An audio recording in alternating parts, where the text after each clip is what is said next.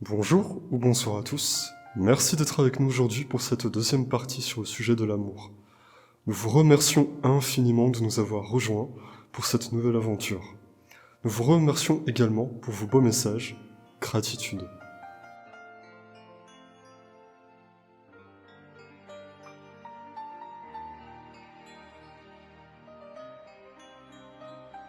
Nous allons approfondir l'amour humain.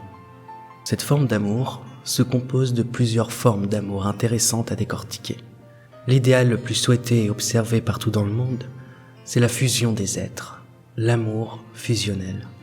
Cette forme d'amour se résume bien souvent par une fusion des identités, des codes sociaux, et crée alors une bulle spécifique au couple ou au collectif, qui empêche toute intrusion négative susceptible de nuire à ce cocon.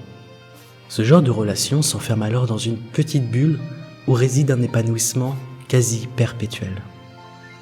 Le couple est le schéma classique de l'amour fusionnel, et il est également le schéma représentatif de la création, car cette forme d'amour, qui a participé à notre conception humaine, se compose de l'amour paternel et de l'amour maternel, donnant alors naissance à un être dans la plupart des cas. Deuxièmement, et en restant sur le schéma du couple classique, nous observons, quand les paramètres le permettent, l'union de l'énergie féminine et masculine. Dans notre société, voire même bien avant, la norme impose que l'homme doit être détenteur de l'énergie masculine et de ne surtout pas manifester l'énergie féminine. Idem pour la femme. Nous parlons ici de l'anima et de l'animus. L'anima, tendance comportementale féminine chez l'homme. L'animus, tendance comportementale masculine chez la femme. D'après Carl Gustav Jung, il y aurait là une expression créatrice et imaginaire de l'androgynie humaine. En harmonisant et en acceptant ces deux polarités, nous pouvons parler d'une harmonie quasi parfaite. Dans un couple, ces deux polarités sont nécessaires, car elles sont le yin et le yang de l'équilibre.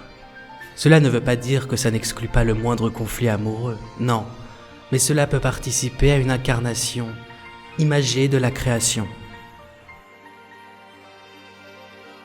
Selon notre observation, nous avons tendance à refouler ou à refuser une de ces énergies par peur du jugement, comme expliqué avant. Car la norme dans laquelle on évolue ne laisse pas de place à l'ambiguïté.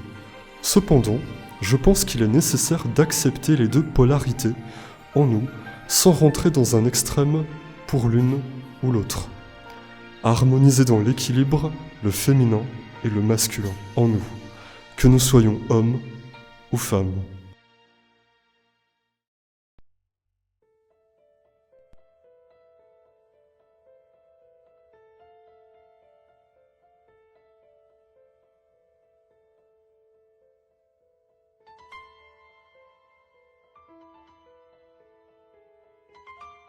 Enfin, il existe un point essentiel que j'ai envie d'appeler l'amour du quotidien.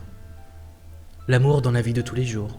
C'est une forme platonique qui peut tout à fait entrer dans le lexique de l'amitié, qui se résume par des interactions bienveillantes, de joie, de paix, de l'esprit et de relâchement que l'on peut attribuer à n'importe qui sans condition.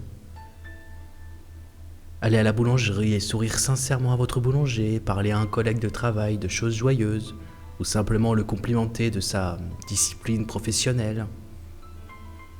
À ce moment-là, vous illuminez la journée des personnes autour de vous par des gestes et des interactions simples. Savez-vous quel pouvoir peut avoir un simple sourire sincère et inconditionnel ? Je le dis souvent, un simple sourire marque les esprits, car vous serez ce sourire qu'on aura en tête lors des moments stressants ou douloureux. Vous serez ce sourire que l'on n'oubliera jamais. Aimer son prochain comme soi-même, cela n'a pas de prix et cela est de toute beauté. C'est pour nous la forme la plus sincère, spontanée, et vous comprenez alors que cette énergie qui en émane est amour. Humain certes, mais avec la notion d'empathie et la notion de rassemblement qui a un effet unificateur. Répandre l'amour simplement et de façon totalement relâchée. C'est un choix individuel. Ce faisant, aucune expérience négative ne pourrait vous nuire ou atteindre votre bonheur personnel. Pourquoi s'en priver ? C'est gratuit. Cependant, il est important de faire attention. Être aimant et à l'écoute fait de vous un homme ou une femme d'excellente qualité.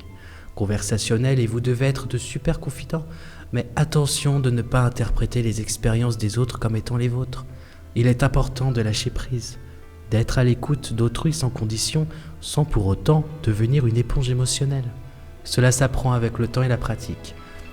Nous reviendrons sur cela dans une autre vidéo. Dans sa globalité, l'amour ne peut être réellement défini, car tout dépend de chaque individu et tout dépend de la façon dont chacun interprète les expériences vécues associées à l'amour. À la rigueur, la question qui peut se poser, c'est existera-t-il une seule forme d'amour au sein de notre collectif humain? Et si oui, laquelle selon vous?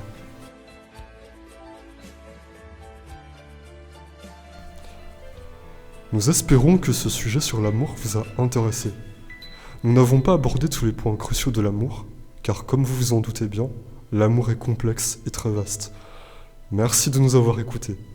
Le prochain sujet que nous aborderons parlera de l'harmonie entre le bien et le mal. À très bientôt et surtout, prenez soin de vous.